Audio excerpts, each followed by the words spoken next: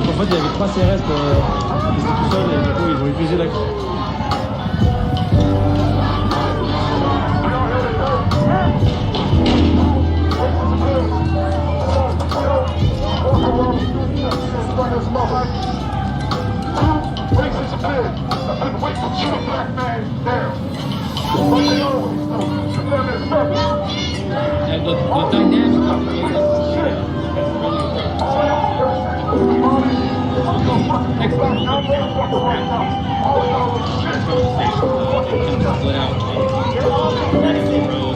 La manif est toujours en cours.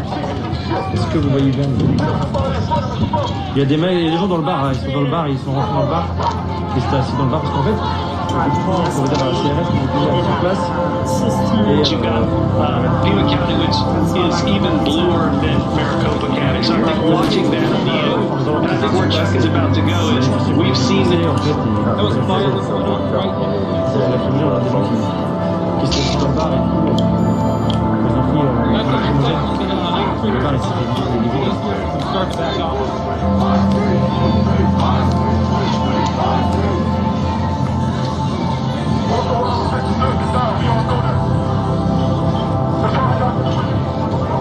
Actually, here at the point of this building, North and North Avenue is beginning to serve south and push the crowd to the south.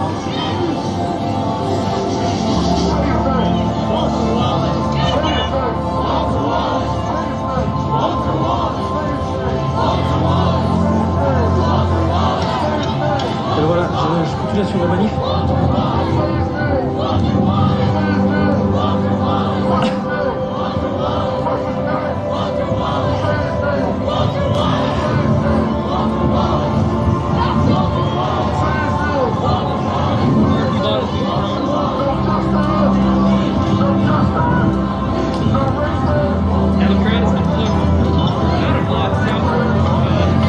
Est-ce que vous voyez bien ou pas les amis?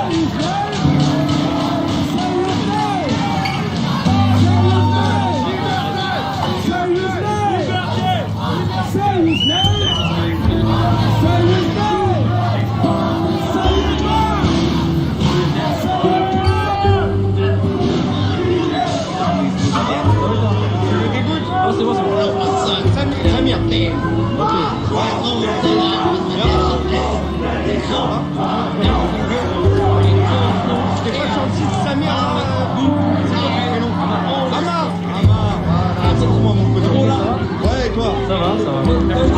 Tu peux l'après-midi. Vite fait. Ça va, c'est bon? Ouais, et toi, tu t'écoutes, tu t'écoutes. Non, c'est bon, c'est bon. Sûr. Jeudi prochain. Non, t'inquiète,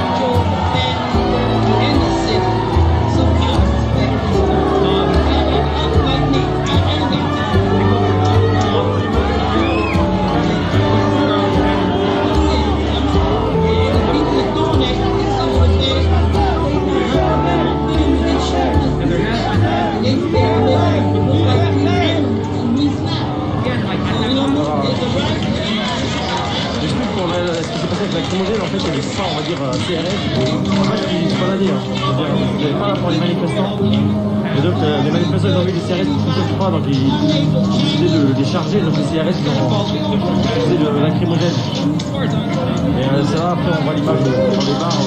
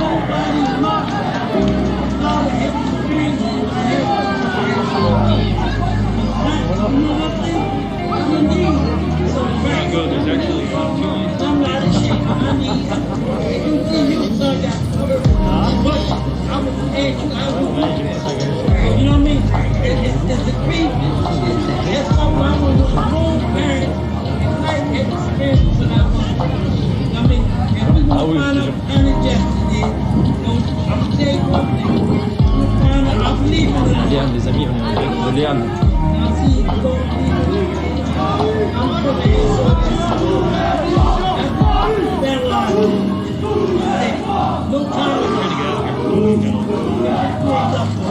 Manifestation sauvage, on est en direct de Léane.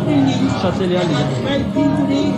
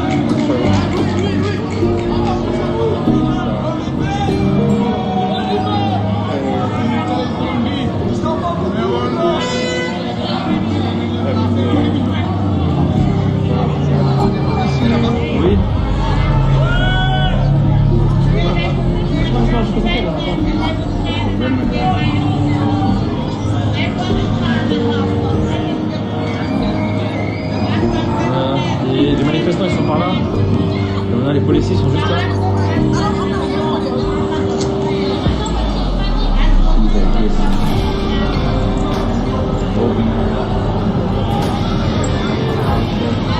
On a les policiers, ils disent à tout le monde de se lever et de partir. Les gens, ils courent. Hein. D'ailleurs, les policiers ils demandent aux consommateurs de se lever en vite. Parce que ils veulent un attroupement dans la châssis, donc ils pensent que c'est très très dangereux. Donc là, on va. Alors.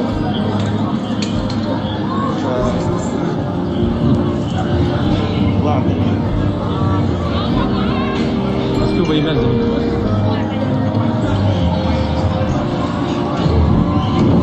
Est-ce que vous voyez bien?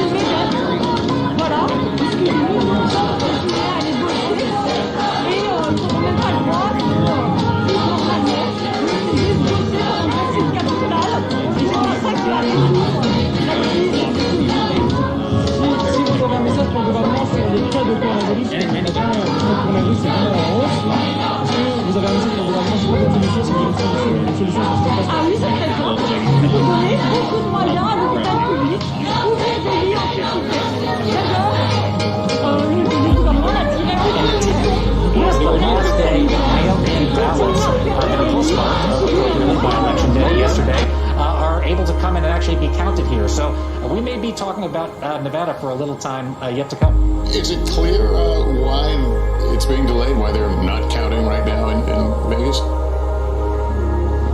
Lester, I think that we have 50 ununited states when it comes to voting, and on a more granular level, each county in each state has their own ways and days, frankly, of counting these votes, and that's just the way that they do it here. They've expanded their staff.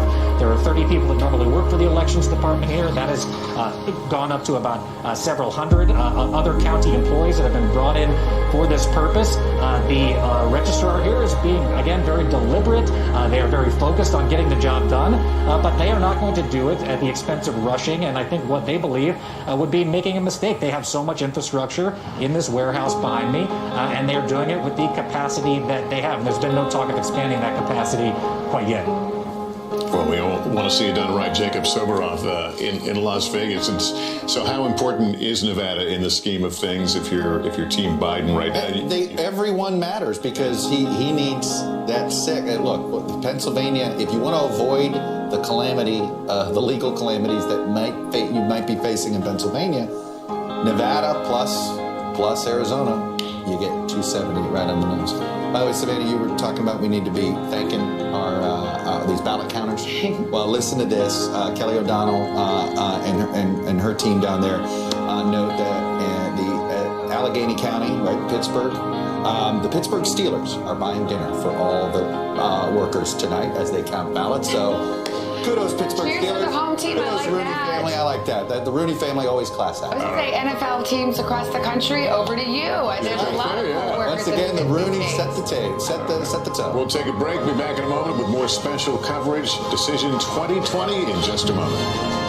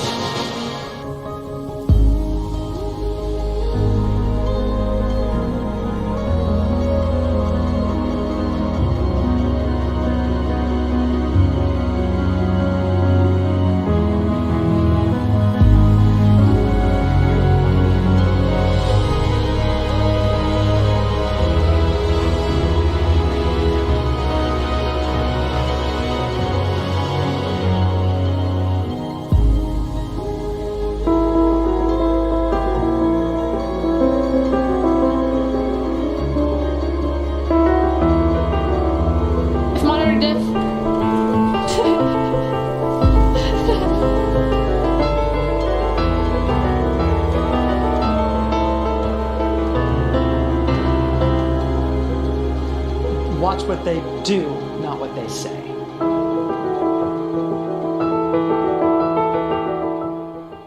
President Trump and Joe Biden hit the trail. At the center of this campaign, coronavirus. The story. The battleground blitz as we enter the final stretch of the 2020 race. From every angle. If you were sitting here talking to Joe Biden and President Trump, what would you want to tell them right now? On the ground. The wind spanning these flames are expected to last another 24 hours. And in depth. We now have 2 vaccine trials on hold. Should people be concerned? NBC Nightly News with Lester Holt.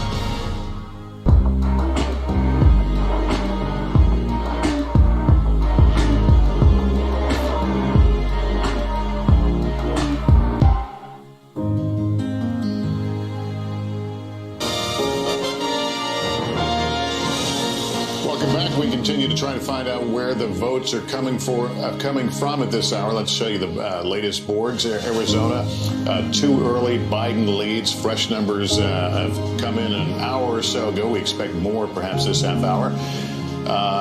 The Pennsylvania race continues to narrow. Too early to call. Donald Trump with a lead, but it is shrinking. Let's look at Georgia. We're told by the Secretary of State's office that there are about 100,000 votes left to count. Chuck has gotten his abacus out and suggests that this is very much still a jump ball. Could go either way. Georgia's interesting. North Carolina is interesting, but it's going to be a cliffhanger and a long one because we're going to have to wait until next week before all the ballots are tabulated there. And if you're with us a moment ago, you learned that Nevada also, it could be a few days where we get some more solid numbers out of there. Too close to call in Nevada. And let's show you where we stand on this road to 270. Biden sitting now at 253 and potentially more past to 270. 214 right now for Donald Trump. So we saw, Chuck, as you go over to your board, Nevada's, it's a game over for tonight for ballot counting. Yes. Arizona still has some homework due. They said they would send in a few 100,000 more votes tonight. Right. And Pennsylvania and Georgia continue. Right, and I was just going to say, I was exactly what I was going to do, which is, okay, we know we're not going to get much update in Nevada. If we get, we're not going to be here for the next round of vote that comes in Arizona. the next team will be here for the Arizona numbers that come in around midnight tonight.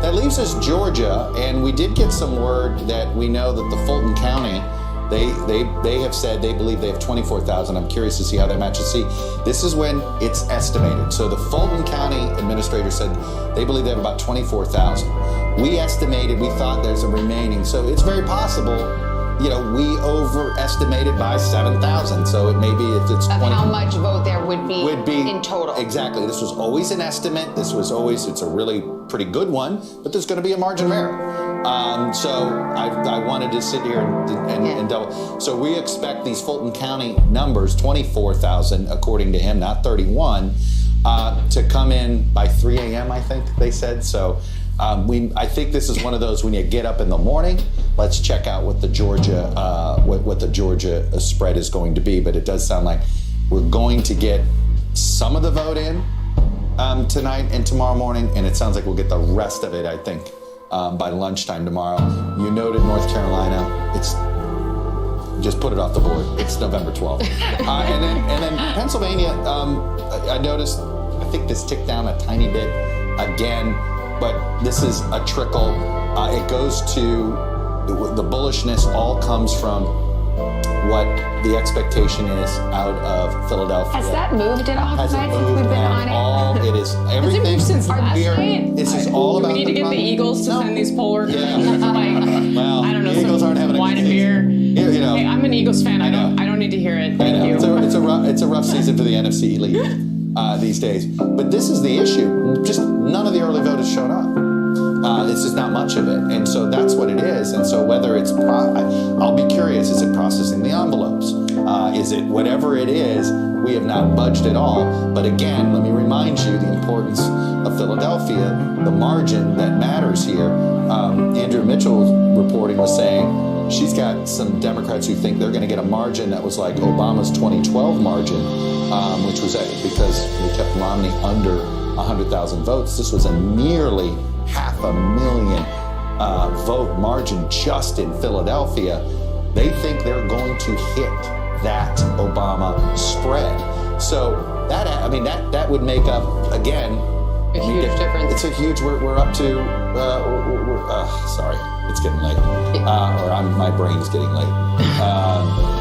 When we're sitting here, and just a reminder, 184. He's going to add another. He's going to net 120,000 likely, perhaps, and cutting into that. So then, all of a sudden, Biden just needs 60,000 more extra votes out of the rest of the state. We know. Look at Delaware County. Show us Pittsburgh. Okay, Allegheny County. The blue spot. There was a time that there was a lot more blue around Pittsburgh. All the way down. Yeah, it used to be. This was sort of union. You had urban Democrats. Union Democrats. Well, this is why it was a Democratic Donald Trump state. made it happen and rewrote That's exactly the right. map. This is the Union Democrats. All these Union Democratic counties, whether the Connor Lamb district. Well, so I was just going to say, checking a little bit of. There's not, like I said, the only blue left is Allegheny, and let's just see what kind of historical performance we're doing here. And as you can see, he's actually performing slightly better than Clinton and Obama the last two times. Yeah, well, and Chuck, very briefly, you mentioned Philadelphia, obviously critical, but there's a couple House races. Republicans are watching swing areas, the Connor Lamb district, another one outside of Scranton, where they think they're seeing Democrats tick upward, perhaps hanging on there, which they take as another potentially bad sign for Donald Trump in Pennsylvania. So we're waiting on Pennsylvania. We might get some. I wouldn't be surprised if sometime tomorrow Biden takes the lead as this vote comes in Pennsylvania, and that becomes a narrative changing moment. Not just not us calling the state, but just when you're waiting for these numbers. Here, the president wants to file lawsuits. All of a sudden, he's losing Pennsylvania too, right? And then it's you're running out of places to find your 270 electoral votes. All right, let's back with us now are Democratic Missouri Senator Claire McCaskill and editor of the National Review, Rich Lowry. Good to have both of you with it. Claire, you're watching, hopefully, Chuck's explanation there at the board. What are you thinking right now tonight for the Biden team and what they're seeing and what the reality is of these paths that they apparently have? Listen, it will be terrific if Joe Biden carries Pennsylvania. They worked very hard there. It was the focus of their campaign. It'll be great if we can flip Arizona finally in the next couple of days and put it in the Democratic column. But the prize I think the campaign would be most excited about is Georgia. That is a strike in the heart of the South. It is, and a lot of work has gone into working that vote in the Atlanta and the suburbs. And besides that, think about this. If Joe Biden wins Georgia, that has huge implications for control of the Senate. Because that means if he can win Georgia, so can those Senate candidates in a few short months, which could deliver the majority to the Democrats in the Senate, would be a game changer for the Biden administration. We've been talking. Georgia really wasn't on anybody's mind until, I don't know, a month or two ago in terms of, I just made a joke. There you go. Oh, wow. In fact, last year we thought it was smooth. Yeah, it was. You should I should have just owned it. Oh, Georgia. Come on. There you go. I don't even remember my question. I mean, it wasn't on anyone's mind for months heading into this. I mean, Chuck, we didn't have very many conversations. You and I have been talking on and off about this race for, a year No, plus it's always now. the special we bought because in a runoff you never knew. But even like the Purdue race, there was a lot of Ossoff keeps running. I don't know. Yeah, it's one of those, like Texas, one of those things where every year Democrats say, no, really, this time, no, really, it's going to happen. And Rich, do you think this is a significant moment, a shift, or is this just a 2020 anomaly of the way the forces came together? Well, it was certainly significant in terms of getting to 270. There's no doubt about that. If Georgia slips out of Trump's hands, then you're on this unlikely scenario. He needs to hold on to Pennsylvania, and he needs to flip Arizona and Nevada, and that gets him to a 269 tie. So that's a pretty fanciful scenario. And look, Georgia, it reflects a lot of work by Stacey Abrams, registering a lot of new Democrats, and just the swing of suburbs against Republicans in the Trump era. I wouldn't be sure. I was just going to say, I wouldn't be as certain as Claire that those runoffs, if Biden wins, I think that Republicans are more likely to win those two runoffs in Georgia and the Georgia Senate races rather than lose. I think that it would naturally, the dynamic would be we're running as a check. By the way, on Joe Biden. There's two examples of this. Bill Clinton wins the presidency in '92. A Senate incumbent named Rice Fowler gets forced into a runoff by a guy named Paul Coverdell. Coverdell wins the runoff. It's a deep pull, Chuck. Saxby Chambliss, Jim Martin in 2008. That was a shocker. Nobody expected, nobody was talking about that Senate race, ended up in a runoff, and it was a blowout. But what we've never had, Rich, and this is where it's never been a Democrat in one of these runoffs, an African-American Democrat is certainly somebody with the persona of Reverend Warnock. And that's something, in talking to Republicans in Georgia who said to me, that makes them very nervous, because what has been the secret of their success in surviving runoffs is there hasn't been an enthusiastic Democratic get out the vote effort, particularly among African Americans. That could change with Raphael Warnock. Yeah, could be. Well, we'll pause. We're in suspended animation with Georgia on our minds, guys. I would declare. I should have. I'm just kicking myself. No, you did. It Are was you going to start brilliant. singing Eagles lyrics with Arizona? Right? Perhaps. Winslow, Arizona? You know I love the Eagles. Let's go to Justice Correspondent Pete Williams and Stanford Law Professor and NBC News legal analyst Nate Persley. Professor Persley, you're just joining us. It's been a very dignified broadcast for the last 24 hours, but we're in the final stretch here. Let me start with Pete, because Pete, we've been talking about, I look at the legal picture here as having two tracks. One is the recount track, which we are likely to see in Wisconsin, and we'll see how it turns out in other states. Another is the lawsuit track. And it can be death by 1,000 cuts in the terms of the way we do elections. You have to file lots of lawsuits in lots of states on lots of issues, but what does it amount to? What's your take on the legal strategy that seems to be in the offing tonight, right now from the Trump campaign, potentially depending on what we see from a Biden campaign? Right. I think the lawsuits really don't amount to a great deal. They're sort of nibbling away at the margins, how ballots are being handled, whether observers are getting to watch them, or whether machines are checking the votes, the signatures instead of people, whether people are given the chance to cure their mistakes on their ballot, and whether that was right or wrong. the only one that's likely going to count is the one that could drag the Supreme Court into the election.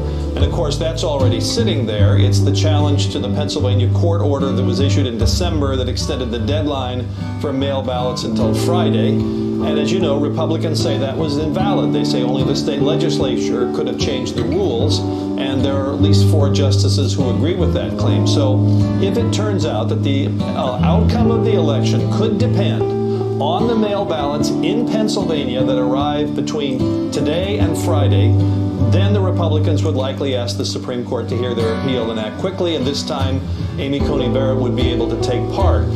But the big question, of course, is what's the margin of litigation? Are there enough votes to make it worthwhile to fight over? And we just don't know the answer to that. And I just want to raise one other thing that's not about lawsuits. I mentioned it yesterday at I think 3 in the morning or something, but what brought it to mind was Chuck describing earlier that the outcome of the electoral vote could be 270 to 268. And if that's the case, then I think the candidates and their parties will be leaning very hard on those presidential electors to remain faithful to their commitments, those people who meet as the Electoral College. They may also face pressure campaigns to become faithless and vote for somebody else, and that could potentially change the outcome of the election. As Nate knows, this past term, the Supreme Court upheld laws in 33 states that say you have to vote for the winner of the popular vote, but the fact is only 14 of those states have laws that actually allow them to make a substitution. If somebody goes rogue, they can throw that person out and drag someone else in and say, you count the vote for the person who won the popular vote. So if it's really, really close, given all that else that's gone on, I think those electors are going to face a lot of pressure. I'd love to hear Nate weigh in on that possibility. Well, I sort of feel that we need to jump off that bridge when we get there. I think it's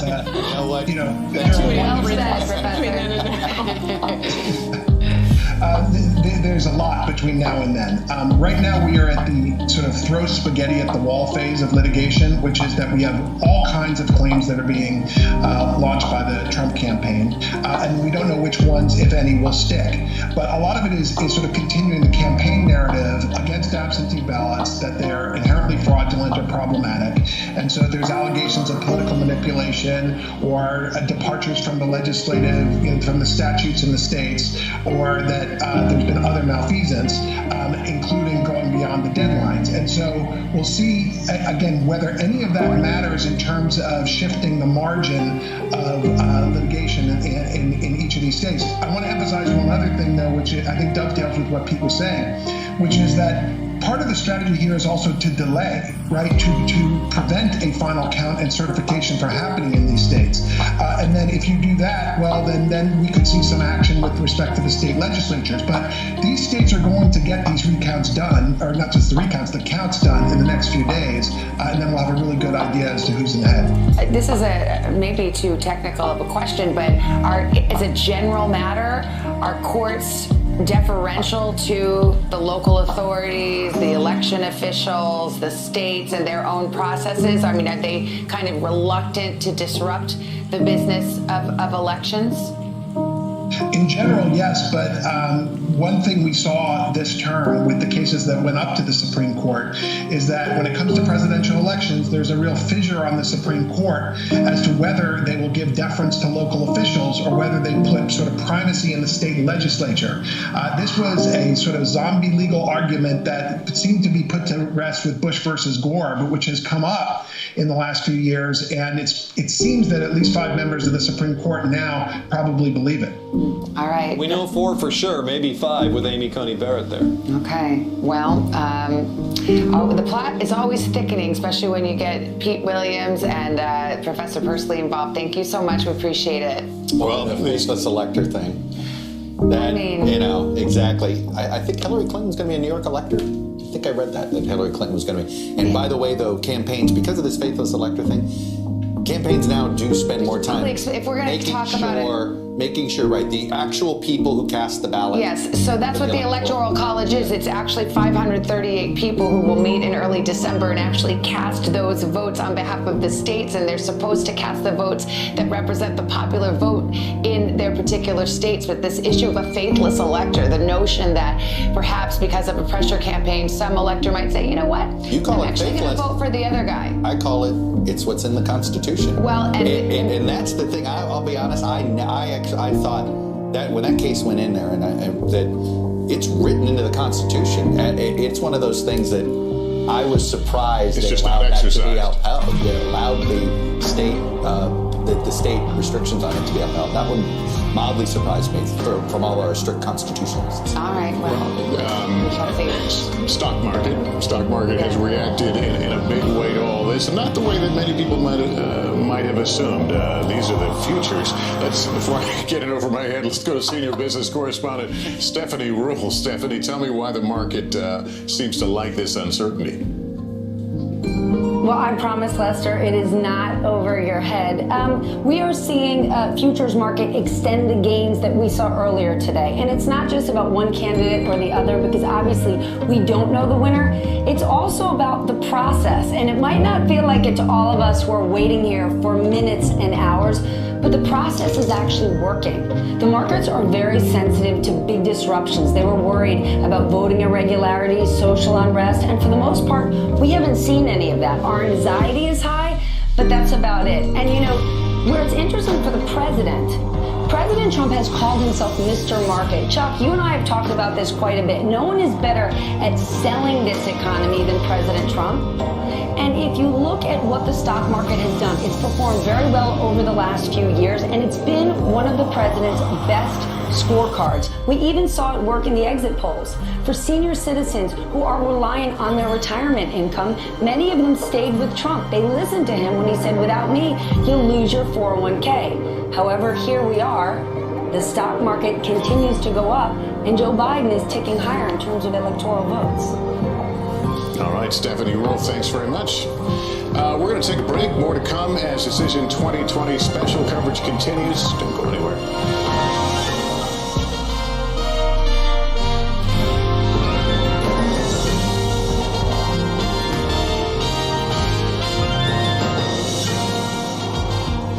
Ready to go to work? I'm so ready to go to work.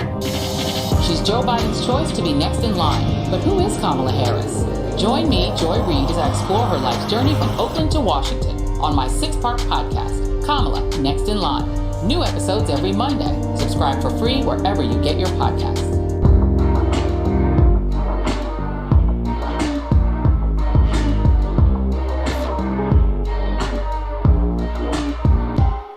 Good morning. Welcome to Today. We're glad to have you with us. This fall, we're right there with you, whether you're back to school. What do you guys think? We're excited?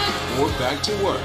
We're keeping you safe. I love being back. Every morning on Today. Police murder of unarmed black men has been an American way of death across centuries. After seeing the most comprehensive police reform bill ever introduced in Congress, I've begun to wonder if now is the time. If now is the time the protesters finally win. The Last Word with Lawrence O'Donnell, weeknights at 10 on MSNBC. Ready to go to work? I'm so ready to go to work. She's Joe Biden's choice to be next in line. But who is Kamala Harris? Join me, Joy Reid, as I explore her life's journey from Oakland to Washington on my 6-part podcast, Kamala, Next in Line. New episodes every Monday. Subscribe for free wherever you get your podcasts. A real close-knit group of nurses who pulled together when their boss needed help battling coronavirus. You're not just any patient, you're their friend. These folks saved my life. Thank God that there are people who want to run towards a pandemic as opposed to running away from a pandemic.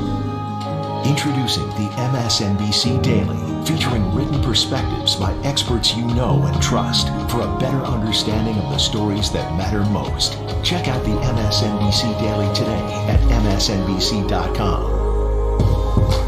You're watching NBC News Now. We've got some breaking news. Are people there concerned about what impact this could have on the election? It's news made for your streaming world.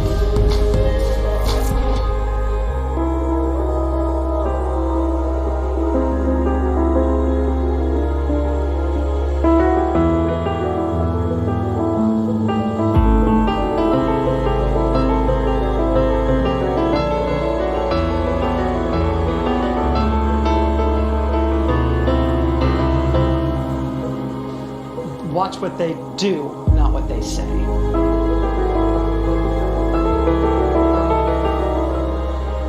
President Trump and Joe Biden hit the center of this campaign, coronavirus. The story. The battleground blitz as we enter the final stretch of the 2020 race. From every angle. If you were sitting here talking to Joe Biden and President Trump, what would you want to tell them right now? On the ground. The winds fanning these flames are expected to last another 24 hours. And in depth. We now have 2 vaccine trials on hold. Should people be concerned? NBC Nightly News with Lester Holt.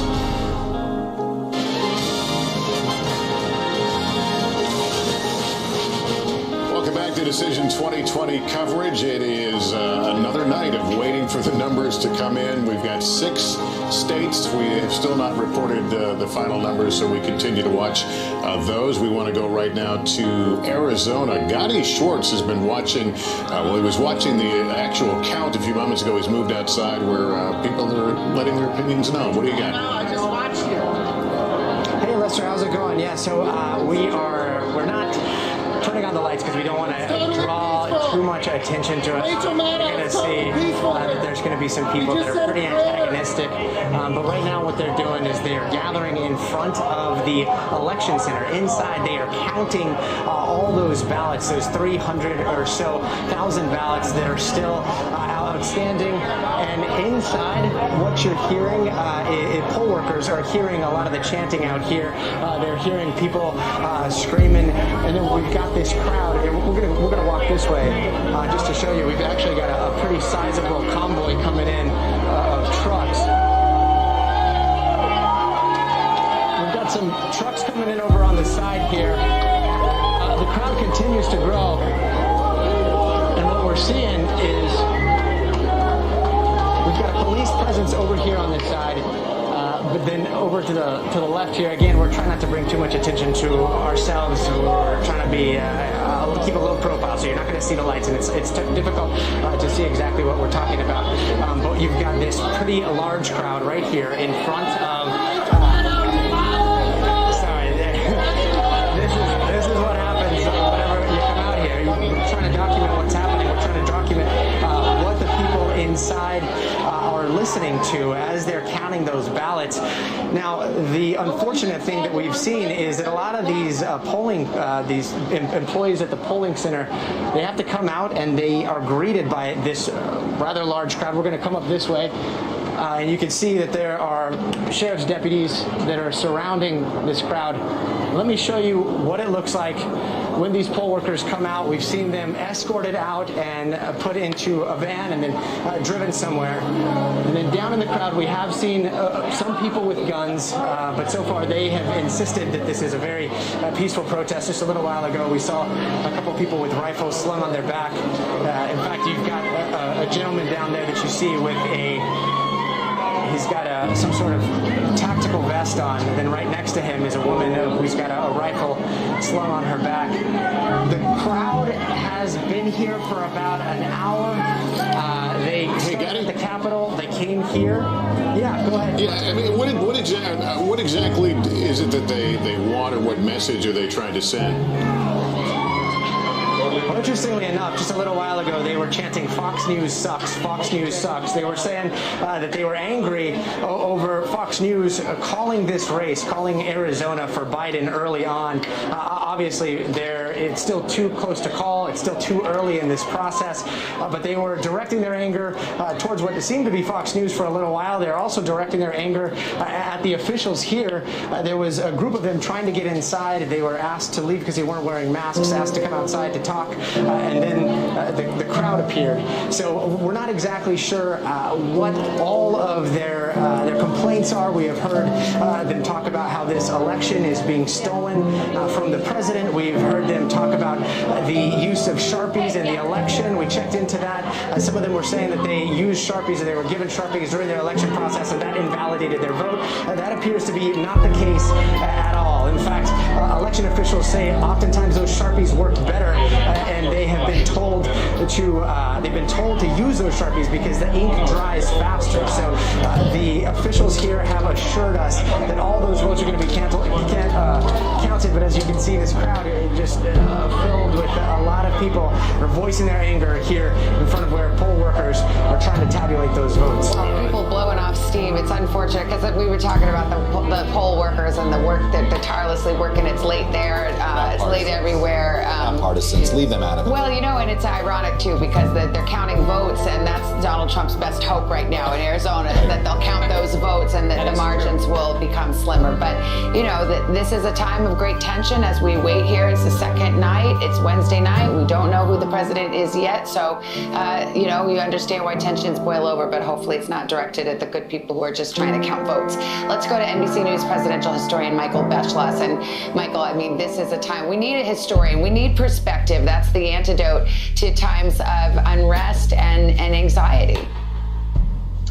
Yeah, we're a divided country, but we always have been. And, we've always gone through all these crises from Valley Forge with George Washington through the Civil War, Great Depression, World War II, the Cold War, all these things. Somehow America always survives and flourishes. And whenever we're in a time like this, I think the best thing is to say, never bet against the United States, because through all of this, for all of our flaws, and for all the times when many people have suffered in a way they never should have, in the end, the country survives and finds some way to get through and improve itself. And I think the one thing, Savannah, if we had to look at the next, 2 months or so until the next inauguration, it would be to say, let's quickly, if it is at all possible, count all the votes fully, accurately, fairly, and get to a point where there's someone who concedes, someone who accepts victory, and whoever is next president, taking that oath in January, is someone who is sworn not only to be president, but to do a job that is important to a president, which is to unite this bleeding and divided country. It's a big challenge. It's for comforting words, but it is a big challenge in an era of the way we communicate and social media and the things that change the conversation or direct sometimes the conversation. But Michael Beschloss, always appreciate hearing your thoughts, and thanks for giving that historical perspective. We were talking about it on the Today Show at the end this morning.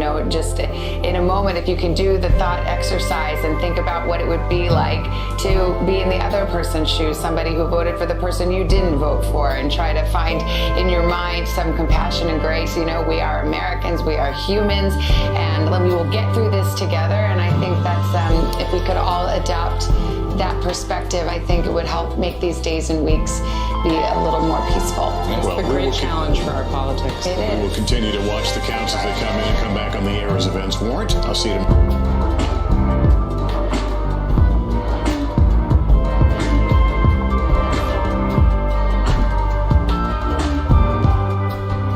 Washington feels more chaotic than ever. It's my job to ask the tough questions, left and right, and help you make sense of it all.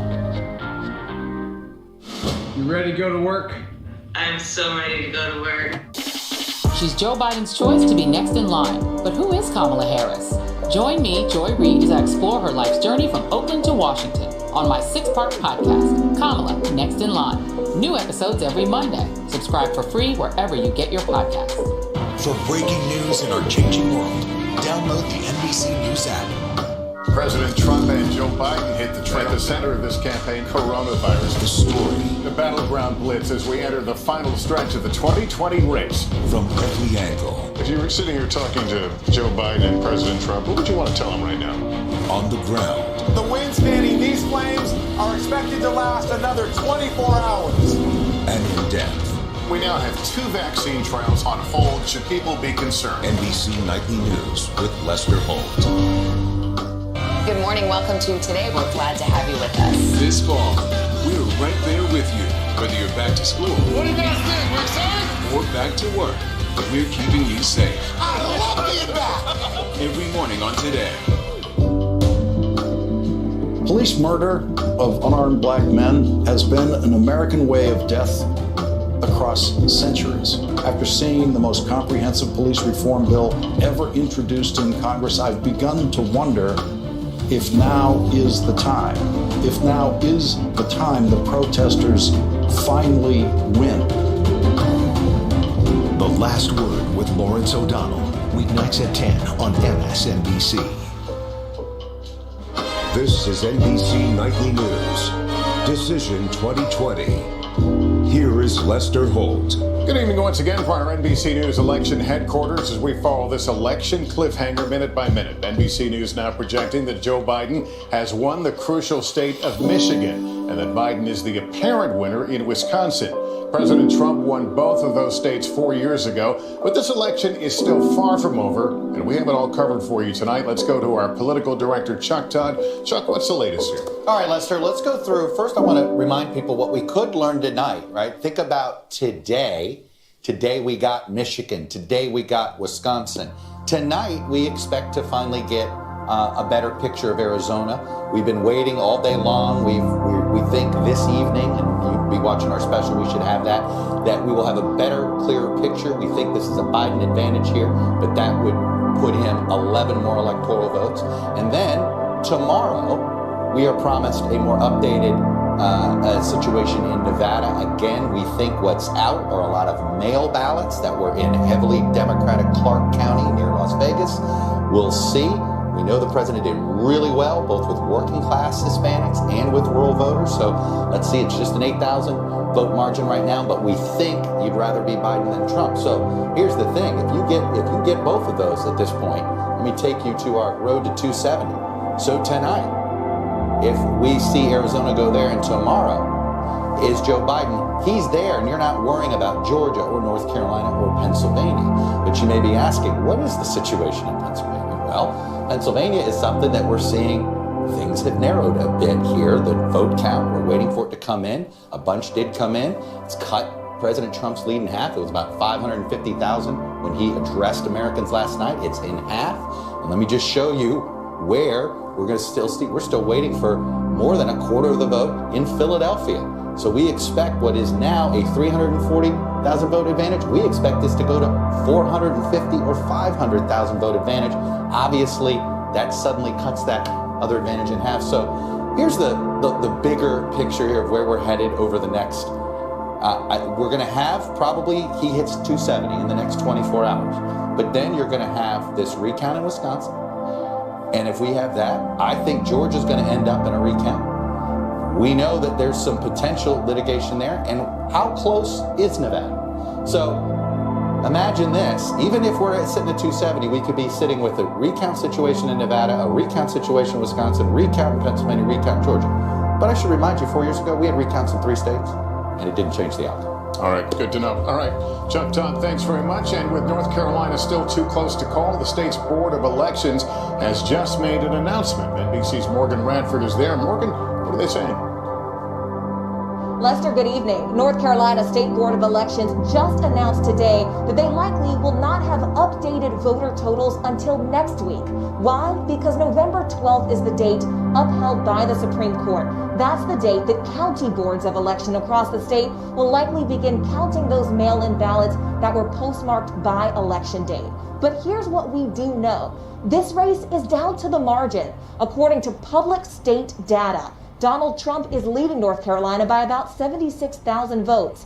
But that same public data also shows that there are nearly 117,000 mail-in ballots that were requested but still have not yet been returned. We also know that in the end, state officials tell us this was a record-breaking election for North Carolina, both in terms of early votes, but also in terms of total turnout. Across the state, nearly 5.5 million people cast their ballots this year. That's in comparison to nearly 4.8 back in 2016. Lester? Pretty remarkable. Morgan Radford, thanks very much. And in the West, Joe Biden has an edge in Nevada. Chuck talked about Nevada a moment ago, but that state is still too close to call. NBC's Jolene Kent is in Nevada. So what's the situation on the ground there? Lester, the voting machines have been brought back here to Clark County Elections headquarters, but the votes still very much being counted. Clark County is the home to Las Vegas, and they aren't saying exactly how many votes are left to be counted, but we do know it's a lot of mail-ins, which have historically favored the Democrats. And the race is tight with 6 electoral votes up for grabs. Biden holding a very slight lead, needing Nevada for his most straightforward path to 270. But exit polls here showing voters are more concerned about the economy than the coronavirus. And that may have affected Biden here, where the GOP has criticized the Democratic governor's handling of the economic situation. It's also important to point out the Trump campaign has brought multiple lawsuits on different issues about this election. And also remember, here in Nevada, anybody can call for a recount regardless of how close the margin is or isn't. So stay tuned. Lester. All right, Jolene Kent in Nevada, thank you. In Michigan, where NBC News is projecting Biden the winner in a razor-tight race, the Trump campaign says votes are not being counted properly and they're going to court over it. NBC's Cynthia McFadden just spoke with Michigan's Secretary of State. NBC News Decision Desk projecting the winner of Michigan, Biden. We were interviewing the Secretary of State in Michigan, Jocelyn Benson, when that critical projection was made. Joe Biden is now the projected winner in Michigan. Is that something you can comment on? Have all the votes been counted?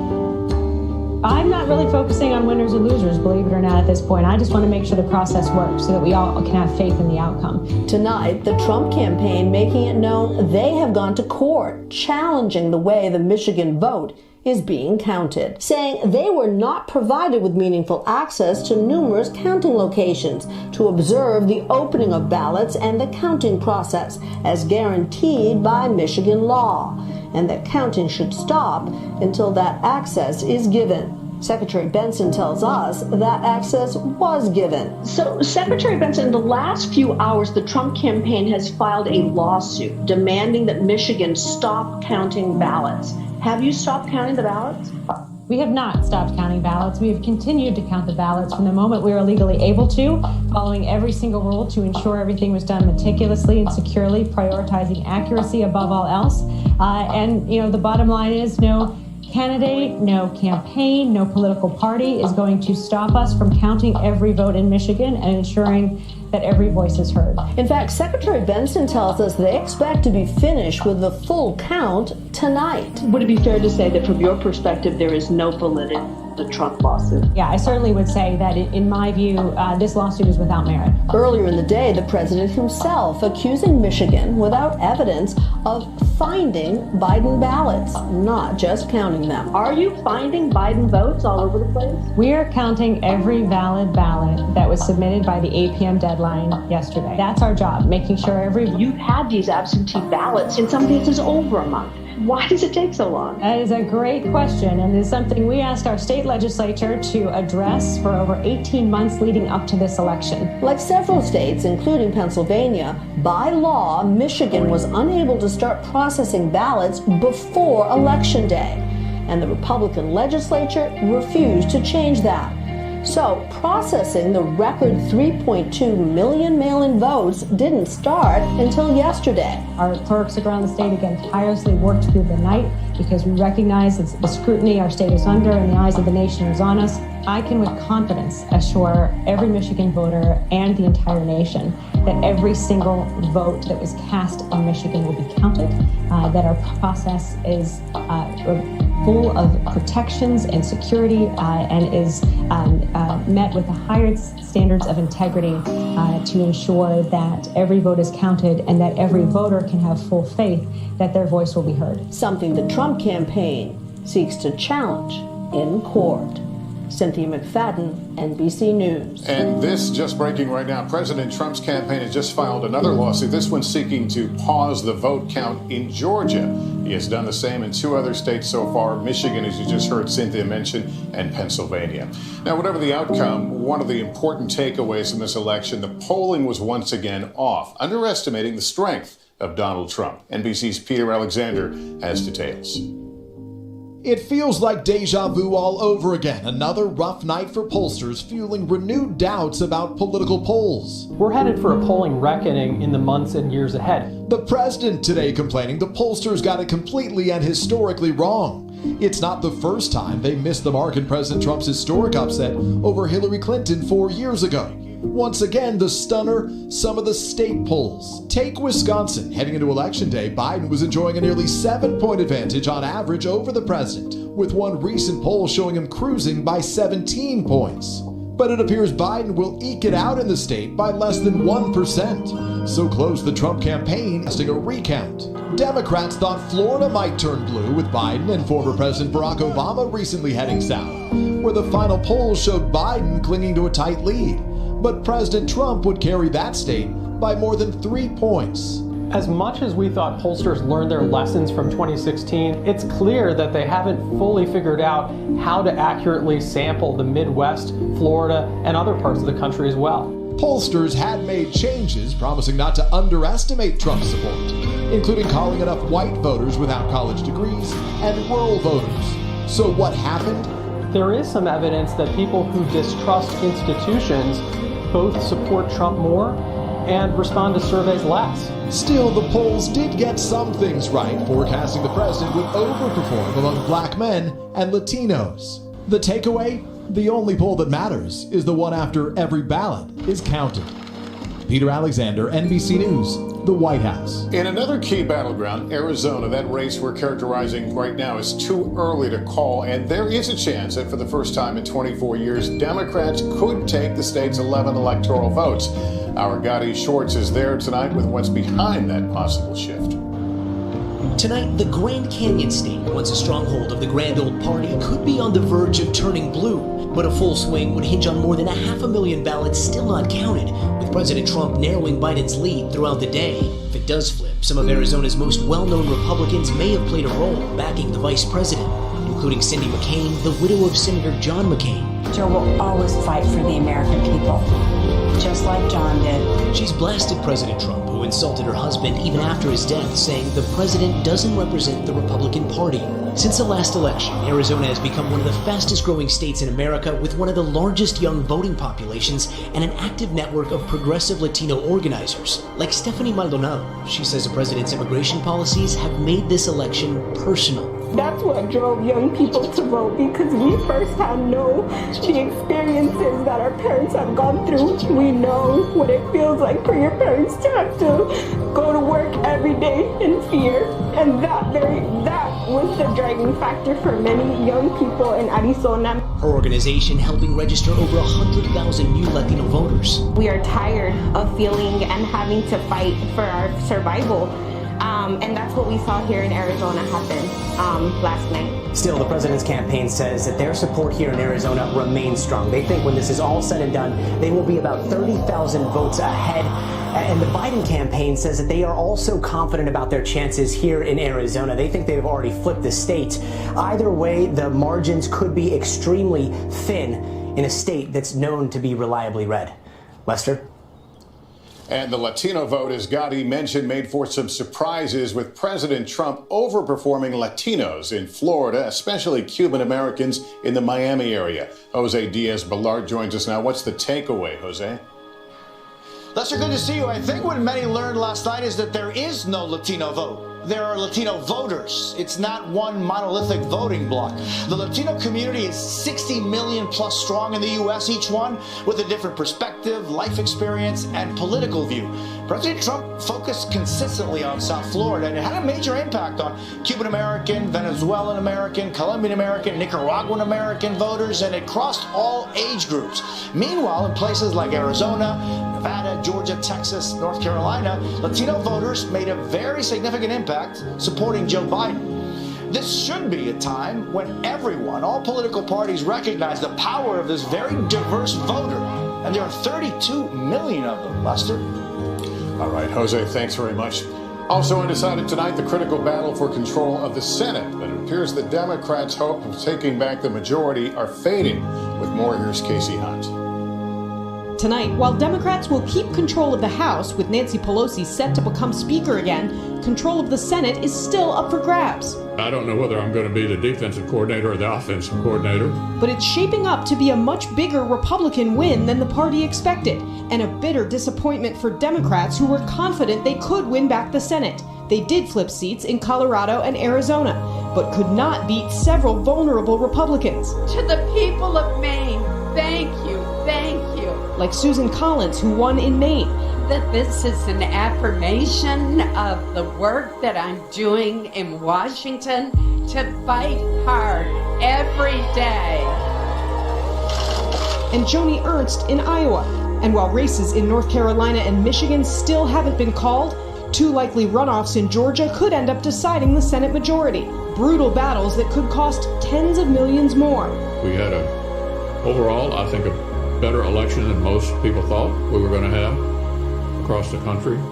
But yeah, we have improvement we need to make. Democrats losing 2 pricey races in the South. Democrat Amy McGrath spent over $73 million but got blown out by Mitch McConnell. And Jamie Harrison dropping over $100 million, but losing big to Republican Lindsey Graham. To all the liberals in California and New York, you wasted a lot of money. This is the worst return on investment in the history of American politics. So, Casey, what are Democrats telling you about what this means for next year? Well, Lester, these results really show that the country is more divided than ever. Democrats actually lost seats in the House, which they really weren't expecting. They were expecting to gain seats. And some Democrats are telling me they worry that this is going to embolden Republicans and that it really may make it harder to overcome gridlock in Washington. And if Joe Biden were to win the White House in the end, make it harder to govern or to get any of his priorities across the finish line in Congress. Lots of surprises there. All right, thank you, Casey. And beyond the candidates, some key issues were in the ballots in many states, from the minimum wage to marijuana. NBC's Sam Brock is following the results. And Sam, what are voters saying? Lester, good evening. This was a banner year for statewide ballot measures. There were 120 of them proposed across the country. Let's get into some of the more interesting and impactful ones, starting right here in Florida, where a minimum wage hike narrowly passed, going from about $8.50 an hour to $15 an hour by 2026. Florida now becomes the 8th state in the country to set that $15 level in the coming years. In Mississippi, residents there voting to change the state flag, which had featured the Confederate stars and bars, to a new design centered on the state flower, which is a white magnolia encircled by stars. And the legalization of drugs also playing out prominently at the ballot box. 4 more states now approving the recreational use of cannabis. Those states are New Jersey, Arizona, Montana, and South Dakota. And speaking of drugs, Oregon just became the first state in the country to legalize psychedelic mushrooms for therapy sessions. The regulations on that need to be figured out, though, in the next couple of years. And lastly, abortion rights surfacing in several states. Colorado voters rejected a ban on abortions at 22 weeks of pregnancy, while in Louisiana, they just became the latest state to pave the way for no protections and no funding for abortions should Roe v. Wade be overturned. This, of course, as conservative Amy Coney Barrett is appointed to the Supreme Court, bringing an even brighter spotlight on that very issue. Lester, back to you. All right, Sam, thank you. And the outcome of the election, whether it's Joe Biden or President Trump, will have a major impact on the country's foreign relations. NBC's Richard Engel is following the international reaction to the Around the world tonight, there is only one story dominating the headlines. The race to the White House couldn't be tighter. And one question: will President Trump win or somehow manage to secure 4 more years?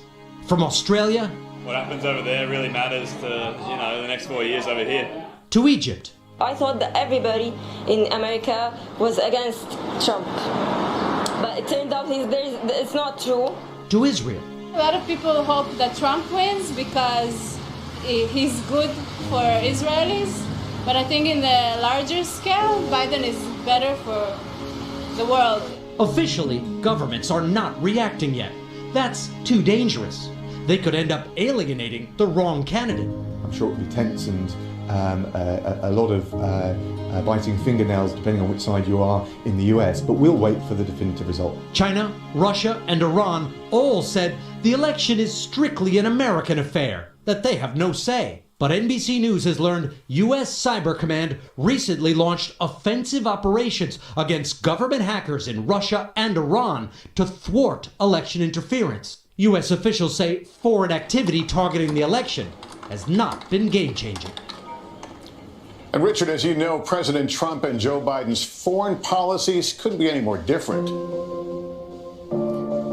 Completely different. On Iran, President Trump pulled out of an Iran accord, and if elected, Joe Biden could restore that deal. On the environment, President Trump pulled the United States out of the Paris Climate Accord. In fact, just today, the U.S. exited that climate agreement, and Joe Biden has said he wants to do more to protect the environment. But the biggest difference could be one of tone. A lot of countries have had to adjust and struggled to adjust, dealing with the last 4 years of President Trump. His tendency to set foreign policy by tweet, his very personal style of politics, and there is an expectation that Joe Biden could return to a much more traditional American foreign policy. All right, Richard Engel in London tonight. Thank you for that. Still ahead, what the financial markets are showing in the wake of the results of this election. Also, if you're feeling stressed out about the election and all the uncertainty, you're not alone. Some tips on how to cope and the future of the political parties. Lessons from 2020. We'll be right back.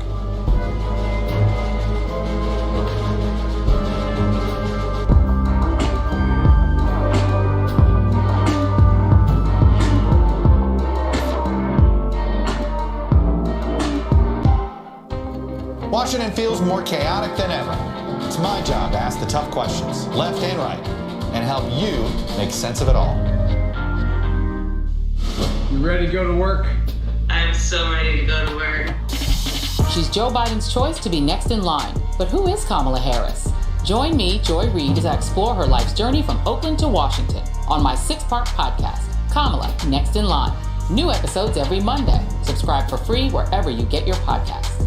For breaking news in our changing world, download the NBC News app. President Trump and Joe Biden hit the trail. At the center of this campaign, coronavirus. The story.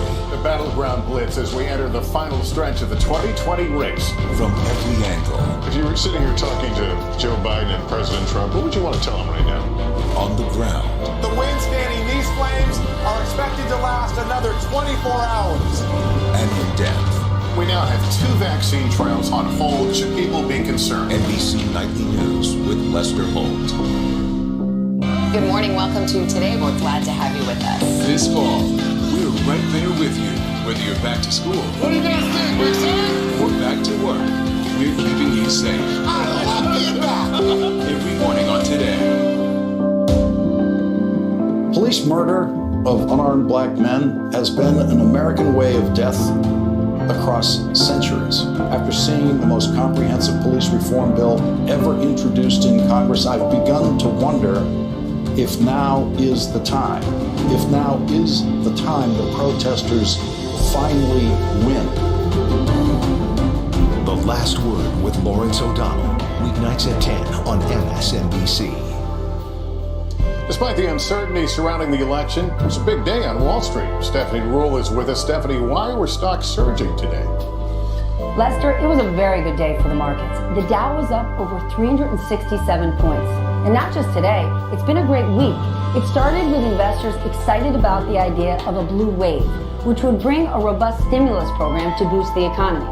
Well, when the wave didn't hit and the race got a lot more competitive, investors found something they liked even more, the potential of a divided government, with Republicans maintaining control of the Senate and Joe Biden increasing his chances of taking the White House. That brings more checks and balances to the system. The stimulus program would likely be smaller, but Democrats would have a lot harder time pushing through a big corporate tax hike and more regulation. But what's been most ironic today? President Trump has been able to use the strong stock market performance as one of his best scorecards over the last 4 years. However, here we are today, Lester. Joe Biden's in the lead and the markets are rising. All right, Stephanie, thanks for walking us through that. And with every hour that passes without a winner declared, that election anxiety so many Americans are feeling is kicking into overdrive. Ann Thompson on what you could do to cope with it. It's a good day to take a deep breath. As we inhale, we're going to open up our arms. We were warned. Good morning. No decision 2020. Still, the reality is unnerving. Now, the waiting, the anticipation is kind of exhausting. And coping isn't easy. I like kid food when I'm stressed out, and chocolate. Well, I actually ended up getting off of all social media yesterday. I will continue to watch Netflix for a while. The best way to cope with uncertainty is first acknowledging it and accepting it. And then second, to distract yourself with things that bring you joy and make you feel calm. Afraid to look? Take a peek at the National Zoo's panda count. Breathe. We're gonna start. And Lilia leads a de-stress circle. Because people are so stressed out and they're also desperate, people that would have never meditated before are now open to it. All kinds of apps can guide you through exercises and meditation. And there's man's best friend. Revel in hashtag dogs at polling places.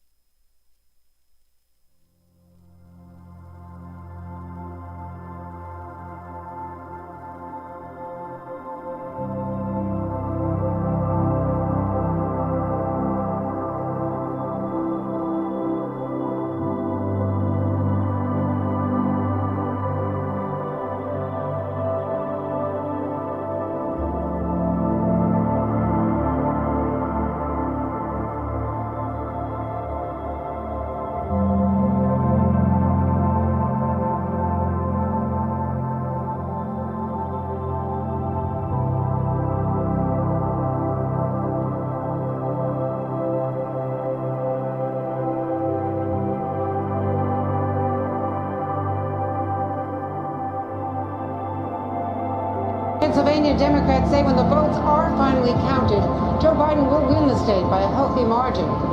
But tonight, one leading Democrat said Donald Trump is the strongest Republican to run in this heavily labor state since Ronald Reagan. It's not even close. Lester. Finally, remember that deep breath moment I spoke of on election eve? Maybe you could begin to let it out. You know, this isn't over yet. We don't know who the winner is, and there may be plenty of twists and turns ahead. But we've voted like we have rarely voted before. We defied predictions of mass chaos. The votes are being counted. Not as fast as we want, but democracy is working, and we're proving once again that it is our voices that count. We are not statistical models. We are Americans. And as we wait to hear who our next president will be, remember this. Bitterness and disappointment are not new to elections. We all know that losing is the worst. But our fight should be for a more perfect union and not against each other. That's Nightly News for this Wednesday. Thank you for watching, everyone. I'm Lester Holt. Please take care of yourself and each other. Good night.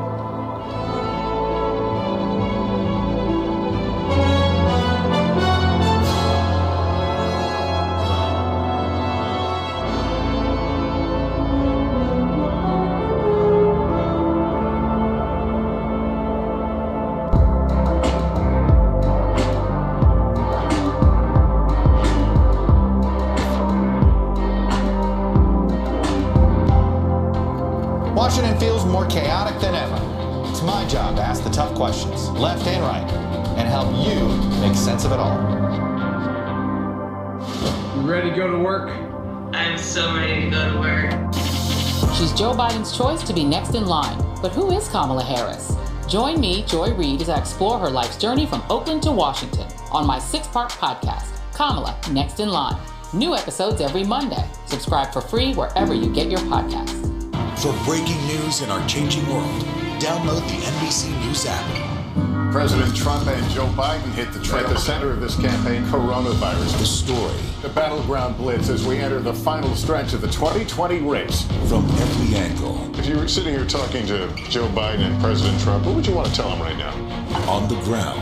The winds fanning these flames are expected to last another 24 hours. And in depth. We now have 2 vaccine trials on hold. Should people be concerned? NBC Nightly News with Lester Holt. Good morning. Welcome to Today. We're glad to have you with us. This fall, we're right there with you. Whether you're back to school. What do you guys think, Rick? Or back to work, we're keeping you safe. I love being back. Every morning on Today. Police murder of unarmed black men has been an American way of death across centuries. After seeing the most comprehensive police reform bill ever introduced in Congress, I've begun to wonder if now is the time. If now is the time the protesters finally win. The Last Word with Lawrence O'Donnell, weeknights at 10 on MSNBC.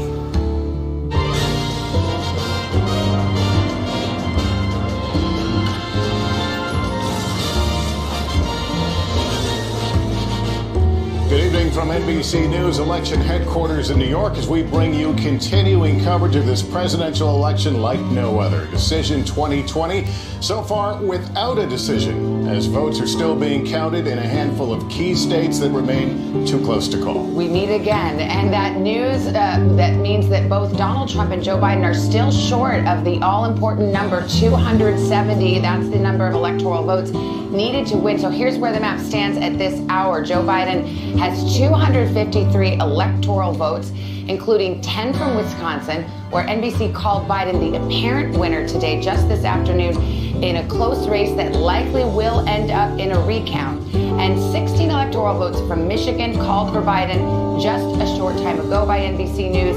And Donald Trump has 214 electoral votes. That leaves 6 states now, and they're biggies: Pennsylvania, Arizona, Nevada, Georgia, North Carolina, and Alaska, yet to be called. You don't want to hear this, but it's good. It could be days or longer before all this is sorted out. Joe Biden says he remains optimistic that he will ultimately prevail, even as President Trump falsely claims victory and files lawsuits with some 3 million votes in those contested states still to be counted. All right, so that brings us to Chuck Todd, who has been living at his boards. And we did get more votes in today, some votes still being counted. Where does it stand? Well, look, let me first just do where we stand right now on the road to 270 first.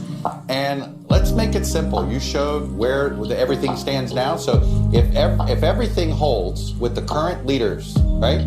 We're going to put everything. Biden currently leads in Nevada, currently leads in Arizona.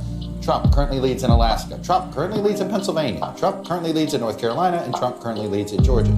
If all is that, this is what we'd be staring at, which is actually even more narrow than 2000, which was 271, 267. This would put you 270, 268. So as you can see here, it's the president that has more work to do, and that's what we're going to find out tonight.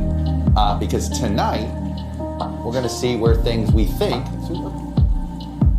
Give me a second here. It's day 2 of this, right? Tonight, we expect to finally, just like we had gotten Michigan and Wisconsin earlier today, we expect in some time tonight in Arizona that we're going to get enough of the vote of this, find out what's out there, a piece of it, and see if there is enough out there for President Trump to catch Joe Biden here. We don't think so, but we want to see a little bit of this vote, and we expect this afternoon. So then you throw this in. What's the nature of the vote that's outstanding in Arizona? The early vote? Well, for in fairness, in Arizona, almost everybody does it by mail. Yes, right? So it's much harder to sit there and say, definitively this is Biden vote. Everybody votes by mail there. We know the election day only vote, yes, certainly leads the president. That's all done, but we can't sit here and we're pretty confident Nevada is mail-in votes. They lean Biden. Ditto in Pennsylvania. What about regions? I cannot sit here and say that with that same confidence. Here, I do want to check in with Maricopa because, as you know, as Maricopa goes, so goes the state.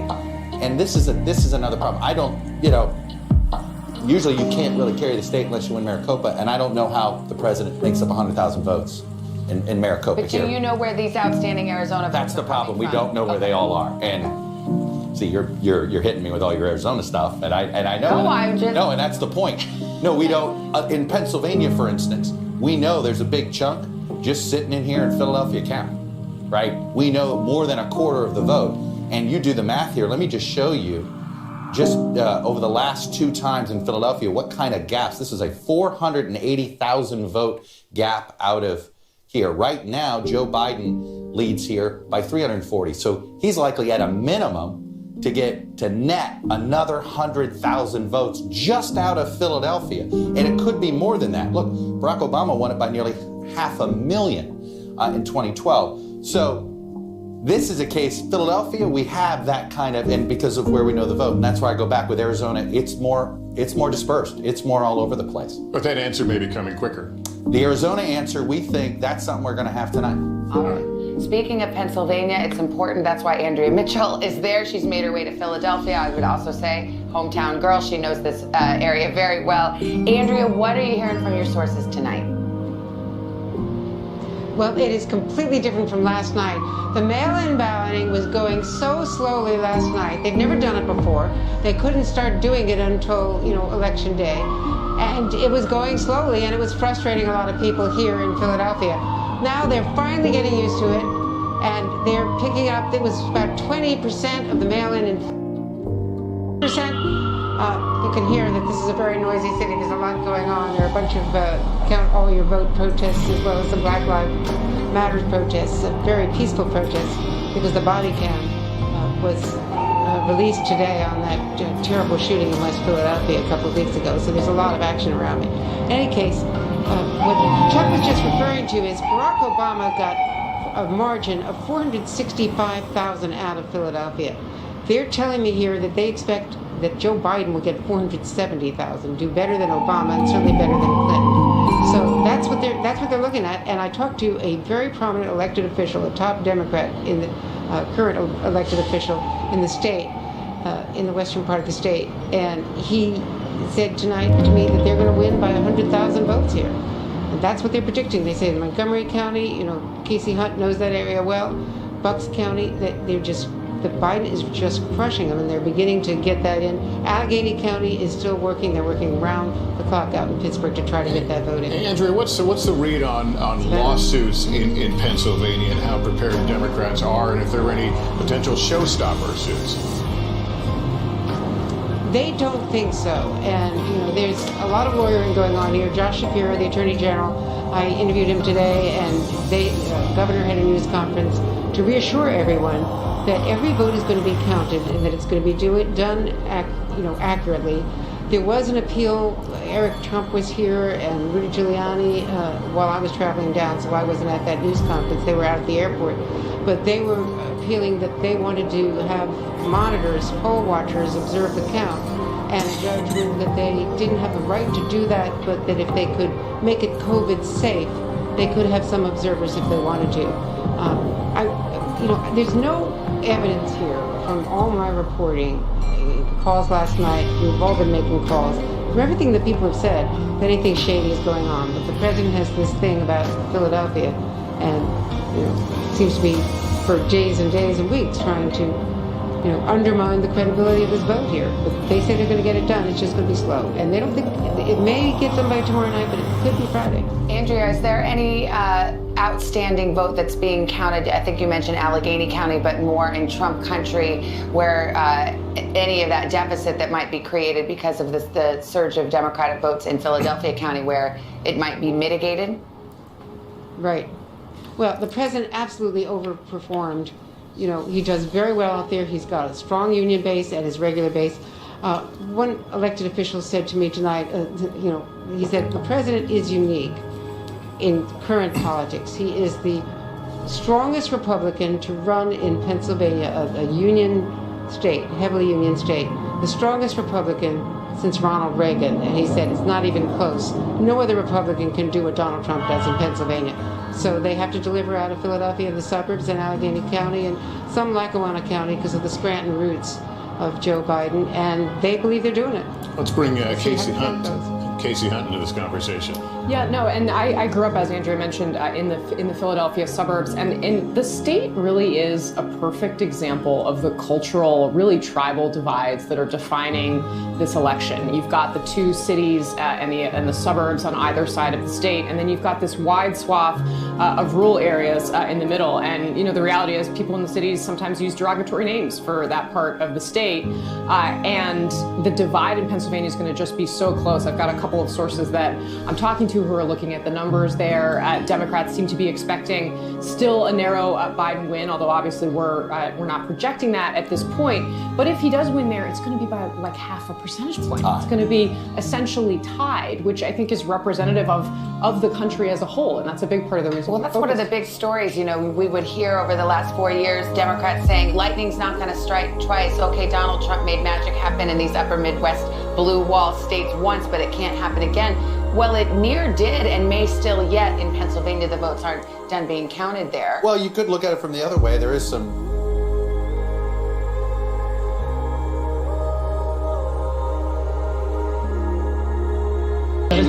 Donc ils décidaient de les charger, donc les CRS ils ont utilisé de lacrymogène. Et c'est là, après on voit l'image dans les bars.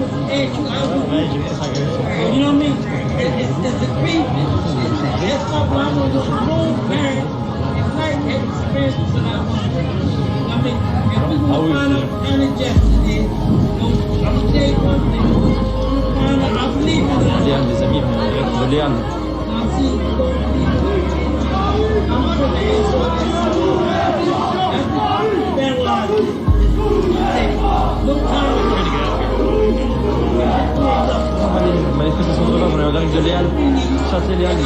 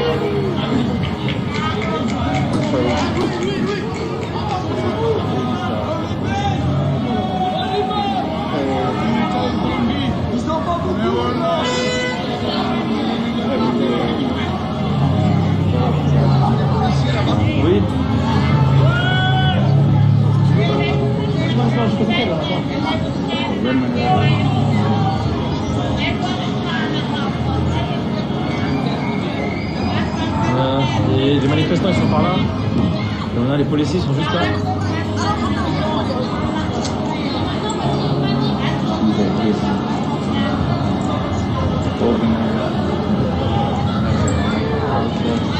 On a les policiers, ils disent à tout le monde de se lever et de partir.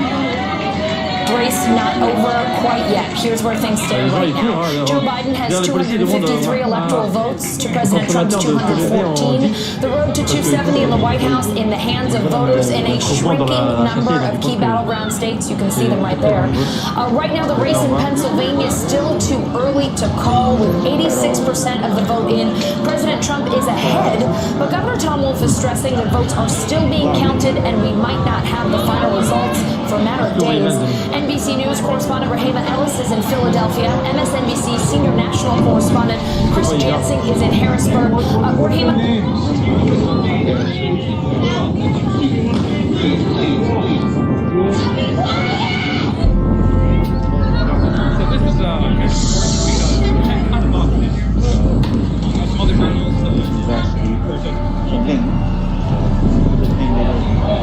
Several officers like leave the area.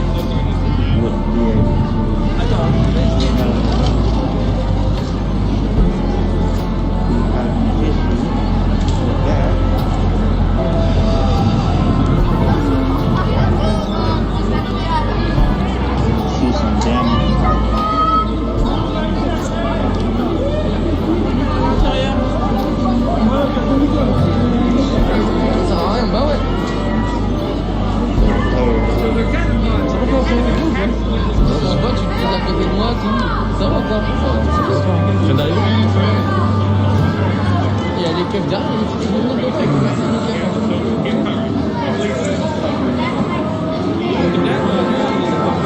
In theory, everybody's saying, well, why shouldn't every vote count? Well, we have to make sure that every legal, legitimate vote counts. And so make no mistake, this is about Democrats wanting fraud to count.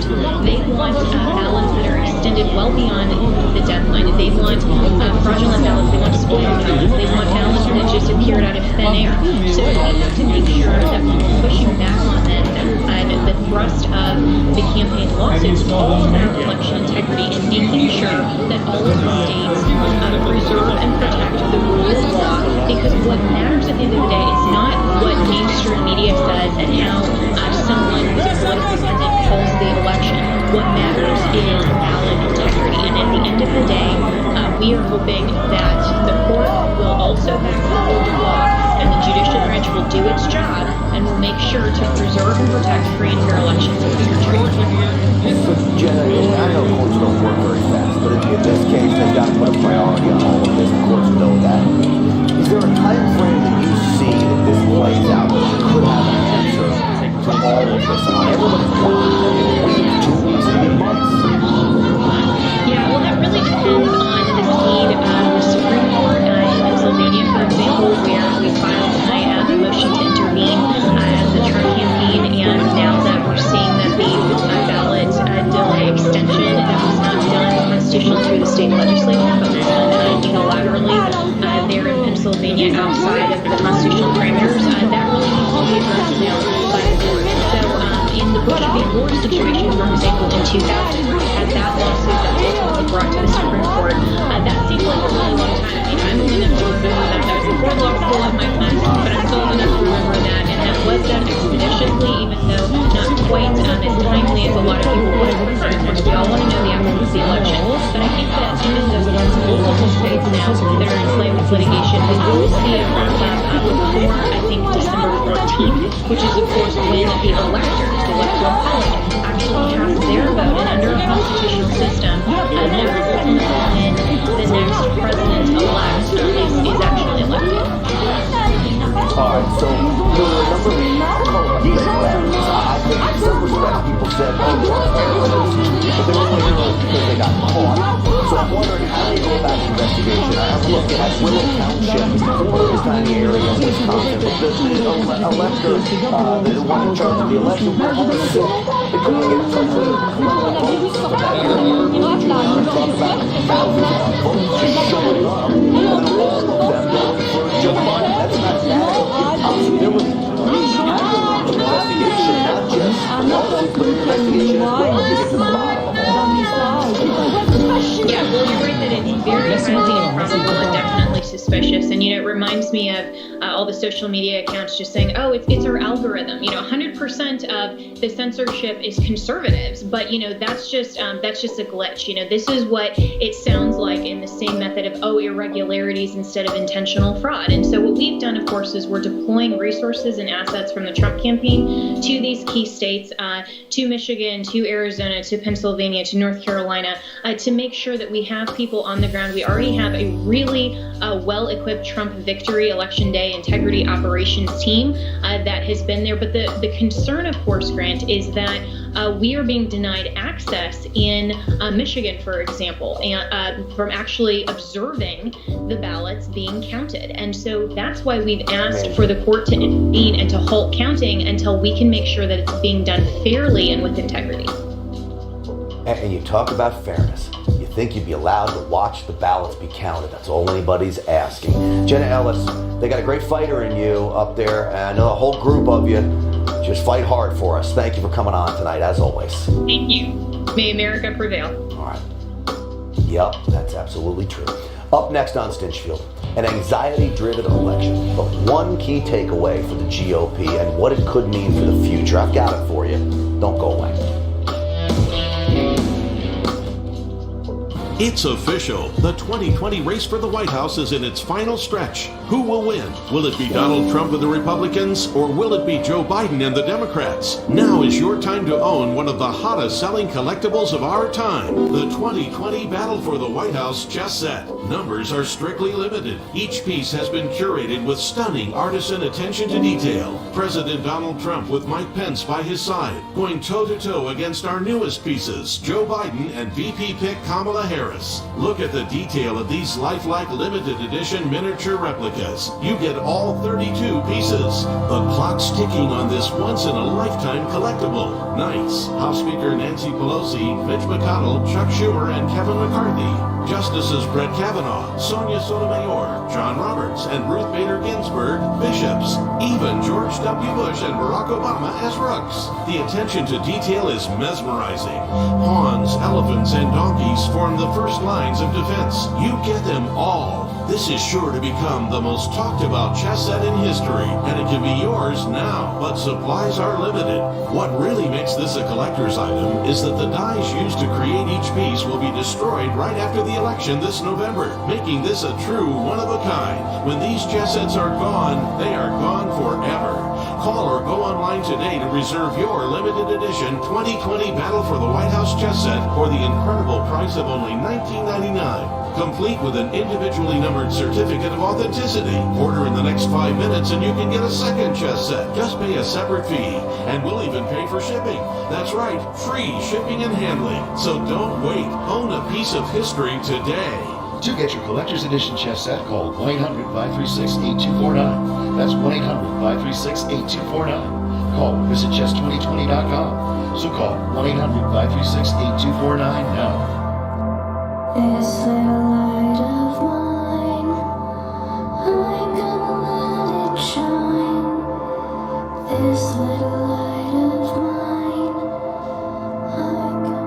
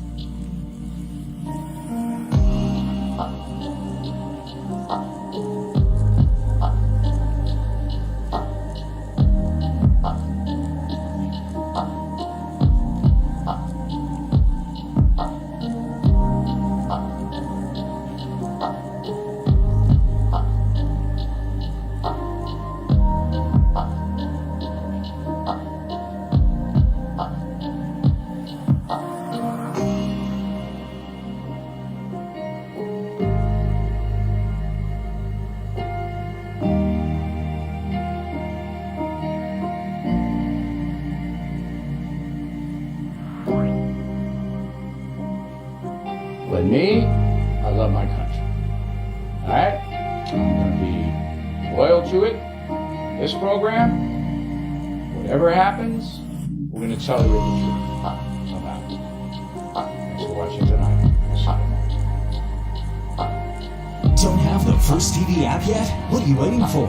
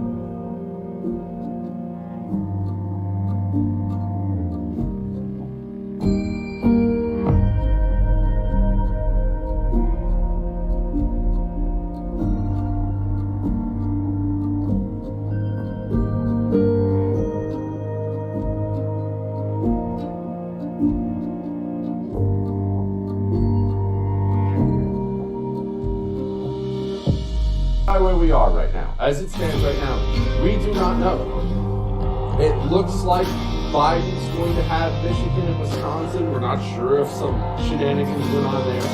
But at the same time, Donald Trump looks like he's going to have Pennsylvania. And as of this exact moment, might take Arizona.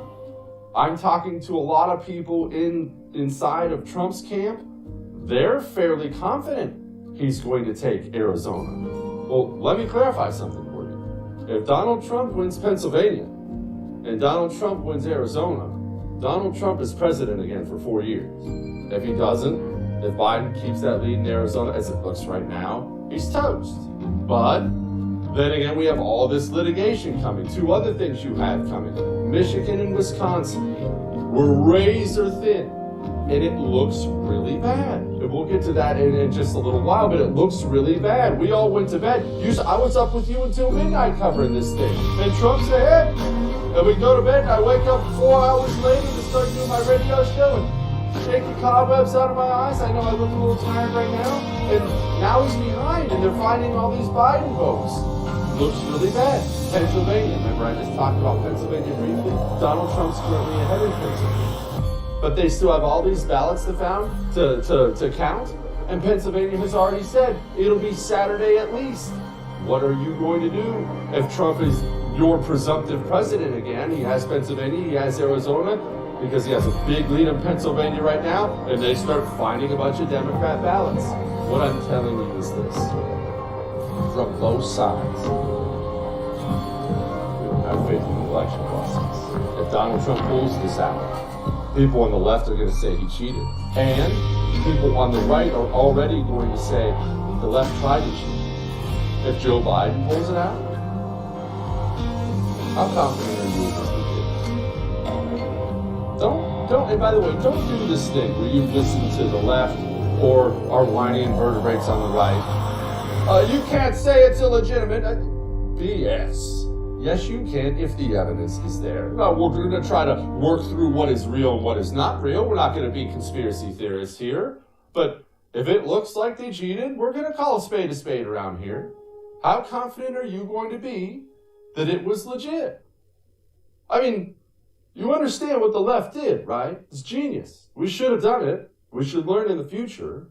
While you and I were worried about the sexy things, president. Ooh, United States Senator, that's big time. Ooh, let's get a congressman there. You know what the left was doing? Throwing millions and millions and millions and millions of dollars into DA races, into Secretary of State races. Doesn't matter what the rules are. If you're controlling who enforces them, does it? You think it's an accident the states that are still hanging out there right now are all Democrat-run states, with the exception of Arizona, who they're just flat out counting the ballots there, but Pennsylvania, Michigan, Wisconsin, do you think it's an accident? Oh, we're still finding ballots. It's going to take us days. Oh, wow, that's a huge Biden batch of ballots. You think it's an accident? Come on. Come on. You're going to have to do better than trying to shame me and convincing me of that. No, I'm not going, oh, this is a stolen election if Biden won. I'm not doing that. But I need information. I need more information than I have now. Both sides, probably no matter what, are going to say the next president of the United States of America is not a legitimate one. It's a huge deal. That's as big a deal as it gets. That's never happened in my lifetime, ever. On a small scale, there was Bush Gore. It didn't come close to what this is going to be. And what this is a preview of our future. This is not a one-off here. This is what it is now. The left got their people in the necessary positions of power that you and I don't think about all over the United States of America. Let me ask you something. And you're a political person. You're informed. Shoot, you're sitting down right now watching my show.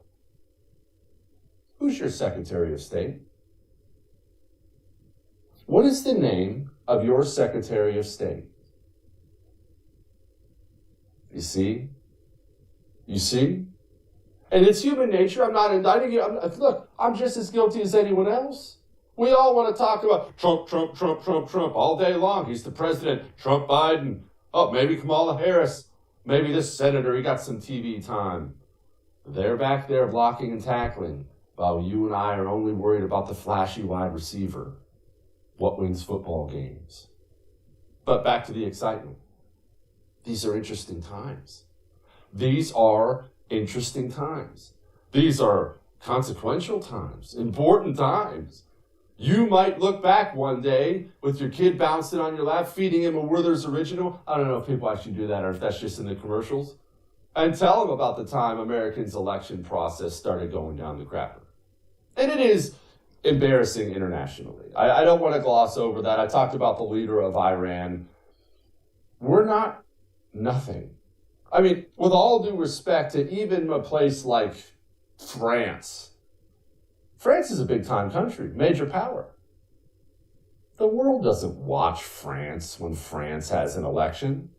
It'll be a headline on page 6 over here when France changes leadership. The entire world watches when the United States of America picks who its president is going to be. The entire world watches. And we're embarrassing ourselves. Forget about Biden, Trump, states here, Pennsylvania, Arizona, Florida, Secretary of State, forget about all that for a moment. This is embarrassing. We are the United States of America, and this is embarrassing. We can't have a presidential election now without ballots coming in from all over the place, early ballots, absentee ballots. Well, we need another couple days on these ones. Whoa, who cares if those are postmarked? Just let them through anyway. We can't even get an election done now. The entire country can't do elections like states like Florida does elections. I mean, it's always fun to make fun of Florida now and then because there's a bunch of crazy people down there. But Florida is an awesome state, I should mention. And boy, again, forgetting about Democrat, Republican, how professional does Florida look right now? Votes counted in, on time, done. Here's your election results. Good night, everybody. We have people going to bed. We have people in Nevada saying, oh, you know, we're not going to start adding these votes up again until Thursday. Wait, what? What did you say? Thursday? This is to decide the President of the United States of America. You don't go to sleep Tuesday. What are you doing Wednesday? Just taking the day off? Oh, man, you know what? I am bushed. I was up all night. We'll get to those Thursday. Maybe take a long weekend. Anyone mind? What? That's just something that floors me about all this. How stupid does your state look if you can't get the results in? And how embarrassing when other states have figured out how to do so. Terrible. Terrible. But we live in interesting times. And let me clarify something out there right now. This is on a personal note. I don't normally do this on the show. Stop texting me.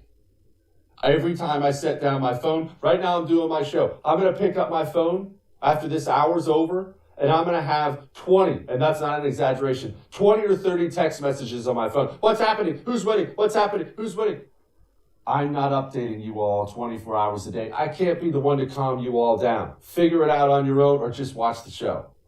But I get it. I'm only half kidding. I get it. Everybody's nervous. People are anxious. They don't know. People hate uncertainty. We're going to be all right. Yeah, it's embarrassing. It's not good. We're going to be all right. Now, something interesting is taking place with the candidates. The Biden campaign, the Trump campaign. And here's what Trump said.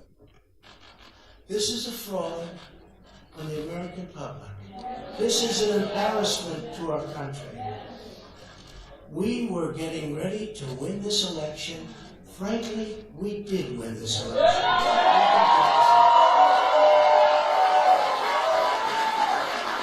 So our goal now is to ensure the integrity for the good of this nation. This is a very big moment. This is a major fraud in our nation.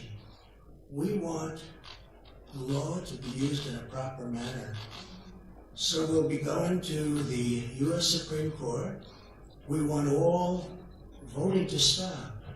We don't want them to find any ballots at 4 o'clock in the morning and add them to the list. It's a very sad moment. To me, this is a very sad moment, and we will win this. And as far as I'm concerned, we already have won. It's quite a statement. Quite a statement from the president. Jake Tapper on CNN didn't like it. President Trump, as we anticipated, falsely and prematurely declaring victory, saying that he won. He did not win. He has not won. The president falsely depicting the counting as votes as a fraud and an embarrassment. That is not what is going on. What is going on is the normal democratic process. Almost everything President Trump said in his declaration of victory was not true. It may well be that President Trump ends up winning this election. That might be once the ballots are counted. But what President Trump just said was undemocratic and false and premature. It is not accurate to say that he won. We do not know who won this election. Okay, that's fine. Jake Tapper hates Donald Trump. I'm not worried about that. Here's what I do worry about, and you know I always harp on this. I'm worried about so many people, powerful voices on the right today, saying things like, stop saying it was stolen. Oh, calm down, it's not stolen. Don't be a conspiracy nut. Stop with this stuff. Well, hold on a second. Hold on. The facts matter, right? Now, you don't want to just say that to say it, but if my wife and I come home tonight and she walks in my son's room and catches him trying to burn the house down and comes out and says, Jesse, your son's trying to burn the house down, should I yell at her and say, stop saying that, it makes our family look bad? Wait, what? Well, was he burning the house down or not? That's what matters. That's what matters. Don't tell me to not say something right now. If something's true, then we're saying it. This stuff we're seeing on the ground looks really, really, really bad. And Democrats love it. There's nothing Democrats love more than somebody on the right, when Democrats pull some crap, than somebody on the right who's just trying to calm everybody down. Oh, don't say they're engaging in fraud. We don't need that tension right now. Bull crap. If they are, we better call it out or we're screwed. Man, we lack some balls sometimes. It absolutely drives me crazy. The amount of people on our side who exist to be thought of as the right kind of conservative by the scumbags who are trying to destroy us, it simply blows me away. It blows me away. Rachel Maddow, I have to tell you, I saw her say this. I thought this was pretty rich. One of the things that's been interesting tonight is how many incumbents of all kinds have been reelected. Yeah. And this has not been a night where, incumbent senators have been turfed out and incumbent members of the House. Still, the most likely way you're going to lose your House seat is in a primary rather than in a general election in our gerrymandered United States of America. But it has been remarkable to see the stability, not only between the 2016 and 2020 presidential map, but also in congressional races and Senate races. Up and down. I mean, you're just not, on either side, you're not seeing, not only is there no wave, it's like a pond where you drop in a rock and there's no ripples. Well, there may not be a wave, but Republicans picked up 7 House seats. Republicans held on to the United States Senate. We know these things at this point in time. So again, something's interesting happening out there. Something interesting is happening out there. Joe Biden said this. I'm here to tell you tonight, we believe we're on track to win this election.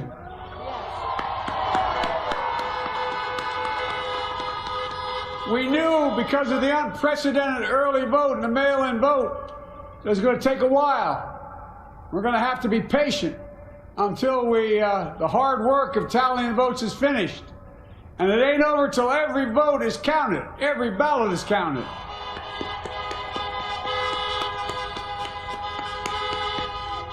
But we're feeling good. We're feeling good about where we are.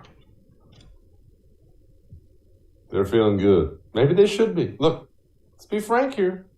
He might be president of the United States. He might be. Gosh, that's going to be embarrassing. But whatever. What are we going to do? I'll keep you up on the news. I have some more harsh words, more for America in general. Not the voters, just the country as a whole. After this, all that may have made you uncomfortable, but I'm right. Do you think what you're seeing out there right now equals stability? I mean, it doesn't. Why don't you have a gold IRA from Gold Alliance yet? Again, I'm not telling you to buy my penny stocks. I'm not telling you to pull all your money out of the stock market. A gold IRA needs to be part of your retirement portfolio. It just does. I know you have a ceiling on it. I know you want it to get up there. I hope yours does. I hope mine does. You need to take some time and raise the floor because you see the deficit. You see the spending. It's really, really bad. It's really irresponsible. And look, there's no indication that kind of irresponsible money management's about to get better over the next 4 years, no matter what. Go to goldalliance.com/Jesse. That's goldalliance.com/Jesse. We'll be back.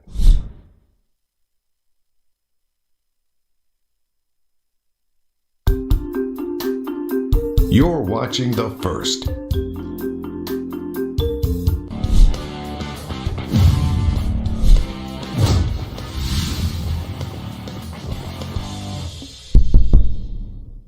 Look, y'all gonna think I'm crazy, but Donald Trump can win over black women. I promise you he can win over black women. And how can he do this? I've got 2 words for you. School choice. School choice is how Donald Trump is going to win over black women. School choice is how the Trump administration and Republicans are going to appeal to African American female voters. Now, you guys may not know this, but I'm coming to you from the great state of Florida. In Florida's governor race just a couple of years ago, it was a nail biter between Ron DeSantis and Andrew Gillum. Thank God DeSantis won because he's done an amazing job for the state. But one of the tipping points in that election was school choice. Obviously, Gillum was completely against school.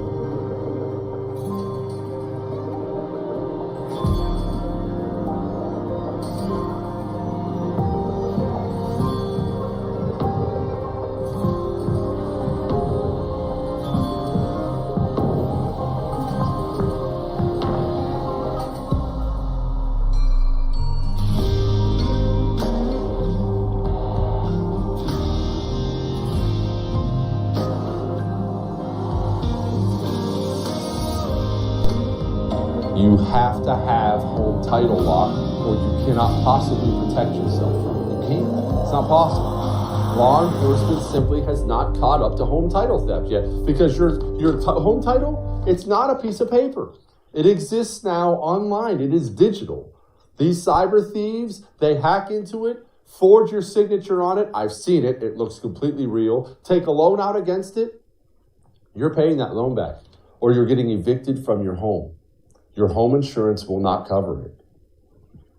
All you have is home title lock. They will stop it. Go to HomeTitleLock.com. That's HomeTitleLock.com. Use the promo code RADIO. That gets you 30 free days of protection. We'll be back.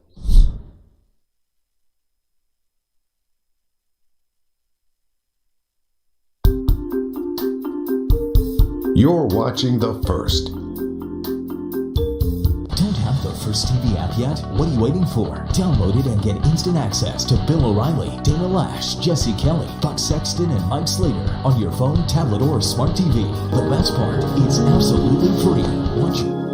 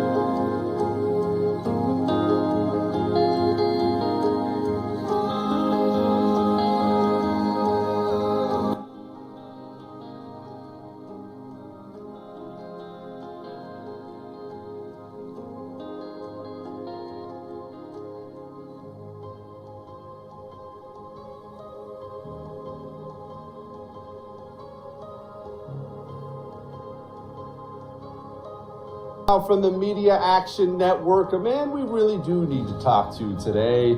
Ken the Court. Ken, overall, let's just start overall, then we'll work our way down. I find this to be terribly, terribly embarrassing. Just as an American, I mean, we have the leader of Iran making fun of our election process. This is embarrassing. I'm embarrassed.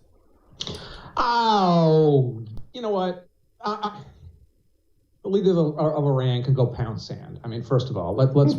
I realize that, but still, this is embarrassing. Is, you know, we should be able to count this stuff a little bit better. But with them saying, hey, you can drop something in a mailbox in some city on the day of the election, and you got to wait a few days to get those in and count those. You always know in tight races, and this is a tight race, that there are going to be some delays, especially when you have some states saying, hey, we're literally going to count those things until Friday. And if it was blowout numbers, nobody would care. But these are pretty tight in things. So I'm not all that embarrassed. Oh man, boy, that makes one of us. We are the United States of America. This is not Uganda. We used to be able to count pieces of paper more quickly. Yeah, you're probably right. Look, you're too young to remember Florida where they were using magnifying glasses for weeks on things. Look, the other thing is, it's easier to count elections and election results in Iran because you just make up the number and put it down. I mean, we actually do go through the concept of counting our ballots here and doing it. We don't lop off heads. We don't just make stuff up. So, that takes a little bit more time than the mullahs might have. Ken, nerd out for me on why. Because, look, I'm one of a sea of Americans right now who wakes up this morning and I see all these states, Florida now, actually, ironically, being one of them, razor sharp, professional, votes are in, votes are counted, results are in, done. How can so many states do it and then other states, Democrat-run states that happen to be really important states, don't seem to be able or willing to pull this off? Why? What is the actual process? What is this state missing and this state has? I don't know. I mean, but look, have you ever met a Secretary of State, or have you ever been like, wow, there's a tight race to be the next Arizona Secretary of State, and we've got the PhD candidate from Harvard fighting it out tooth and nail with the former chess champion of the world. I mean, these are usually kind of political hack jobs. Walk into the DMV. I mean, you think that they're all that different in the counting areas of this. I mean, they're low-level jobs from which you can't be fired and are run by politicians. What one wouldn't expect necessarily to see the best and the brightest counting election returns. But states are still powerful entities. I agree with you. Nobody cares about their idiot Secretary of State. One, we should care a lot more, as everybody's seeing right now. And two, I mean, as a whole, setting aside Democrat, Republican, it's embarrassing if you're leading Pennsylvania today. That's embarrassing. That's a great state, and they should be embarrassed. They should be horrified by what they're doing. If you're in Florida, you look like a professional operation. Wow, somebody who knows what they're doing.